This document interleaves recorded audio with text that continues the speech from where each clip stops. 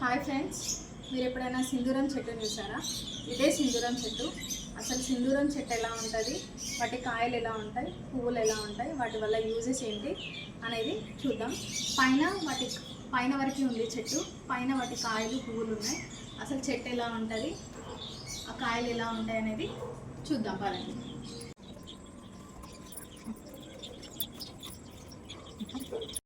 ఇదే మన సింధూరం చెట్టు. చూసారుగా, ఇవన్నీ వాటి కాయలు చూడండి. ఇవన్నీ మొగ్గలు. ఫస్ట్ స్టార్టింగ్లో ఇట్లా మొగ్గలు వస్తాయి, వాటి ఫ్లవర్స్ కనిపిస్తుంది. ఇవన్నీ ఫ్లవర్స్, తర్వాత ఇట్లా కాయలుగా మారుతాయి. ఇదిగోండి ఫ్రెండ్స్, ఇలా ఉంటాయి కాయలు లోపల. ఇది ఇంకా ముదరలేదు. ముదిరిన తర్వాత ఇలా లోపలన్నీ గింజలు వస్తాయి. వీటిని ఎండబెడతారు. ఎండబెట్టిన తర్వాత వాటిని పొడి చేసి కూడా సింధూరం తీసుకుంటారు. ఇవి చాలా అంటే చాలా న్యాచురల్. ఓన్లీ మనకి సింధూరం తయారు చేయడానికి మాత్రమే కాదు, వీటిని బ్యూటీ ప్రోడక్ట్స్లో కూడా వాడతారు.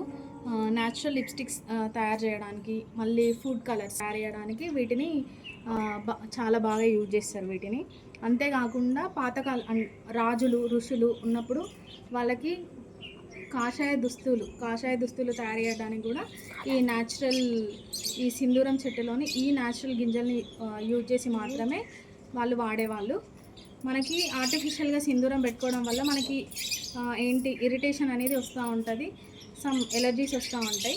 ఈ న్యాచురల్ సింధూరం వాడడం అనేది చాలా చాలా మంచిది. ఇది ఓన్లీ వీటికి మాత్రమే కాదు, ఇది ఇంట్లో ఉంటే అసలు ఏసీ కూడా పనికిరాదు, అంత చల్లగా ఉంటుంది. మీరు చూడండి, చాలా వరకు టెంపుల్స్లో కూడా పెట్టుకుంటే చాలా మంచిది. చాలా వరకు టెంపుల్స్లో కూడా ఇలాంటిది ఉంటుంది. మీ పొలాలు ఉన్నా లేకపోతే ఏమైనా ఉన్నా కూడా అక్కడ వెళ్ళి పెట్టుకోండి, చాలా మంచిది. ఒక 1.5 year 2 yearsలోనే ఇంత గ్రోత్ వస్తుంది. ఇదేంటి అంటే 25 నుండి 30 అడుగుల వరకు పెరుగుతుంది. మీరు చూసిండ్రు కదా కింద. ఇప్పుడు ఇది స్లాబ్ పైన వరకు వచ్చింది, ఇంత హైట్ వరకు వచ్చింది. ఇంతకు మించి ఈ హైట్లోనే ఉంటుంది. చూడండి, ఇవన్నీ కాయలన్నీ ఎంత బాగా ఫ్లవర్స్ లా ఉన్నాయో, చాలా బాగుంది. దగ్గరలో ఏమైనా ఉంటే మాత్రం కంపల్సరీ పెట్టుకోండి, చాలా అంటే చాలా మంచిది. ఓకే ఫ్రెండ్స్, ఈ ఇన్ఫర్మేషన్ కనుక మీకు నచ్చినట్లయితే please do share, like, comment and subscribe.